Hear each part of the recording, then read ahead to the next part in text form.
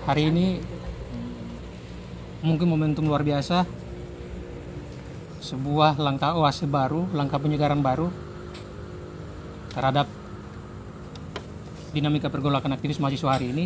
Saya sebagai presidium sidang yang kemudian hari ini bersama dengan kawan-kawan sekalian secara resmi dalam hal peluncuran buku ini, merilis buku ini, berharap sekali bahwa secara frame, secara pergerakan intelektual, secara pemikiran, saya menekankan sekali lagi kepada perkawanan solidaritas, teman-teman seperjuangan, kelompok intelektual, untuk kemudian langkah perubahan apapun yang kita mau cetak, yang kita mau jejal, itu adalah bagian daripada langkah yang berbasis kepada ruang-ruang intelektual.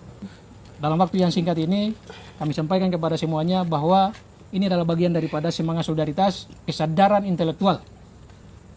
Tidak lebih dan tidak kurang, ini adalah kesadaran intelektual. Kita inginkan untuk semua generasi ini berkembang kemudian adalah generasi yang kemudian punya identitas tersendiri, cara pikir dan cara pandang tersendiri. Yang kemudian itu berbasis pada penguatan, kompetensi dan kekuatan mental lidah.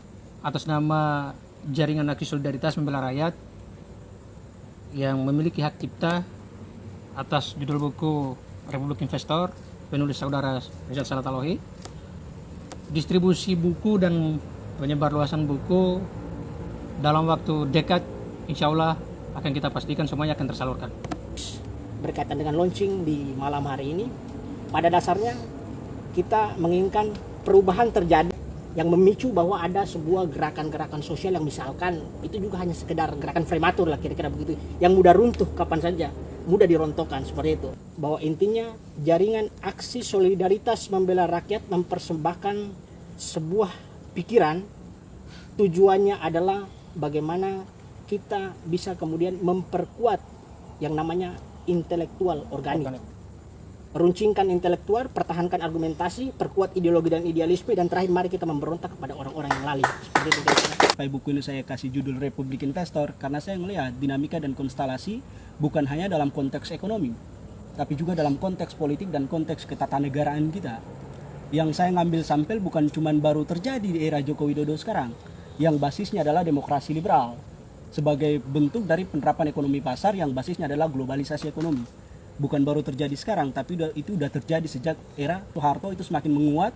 Dan kalau saya mau shortcut, melihat sistem ekonomi, politik, tata negara yang berbasis pada sistem demokrasi liberal tadi, sistem ini adalah sistem yang serakah, itu adalah Tuhan.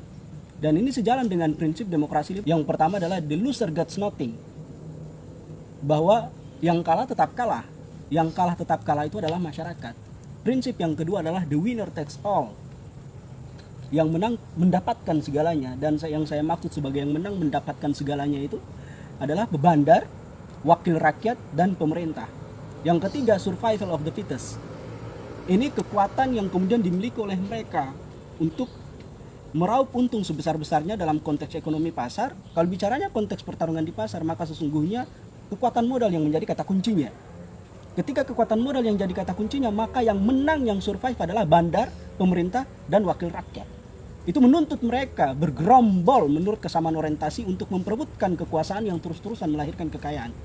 Itulah gambaran dari demokrasi korporasi, dalam bahasa saya Republik Investor. Baik, itu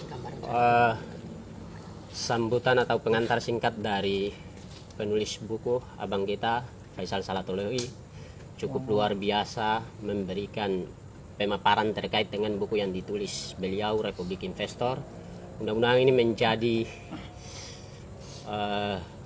rujukan maupun referensi pertama dari teman-teman maupun adik-adik dalam melakukan perjuangan maupun pergerakan hari ini di dunia masing-masing, yaitu mahasiswa maupun organisasi masing-masing.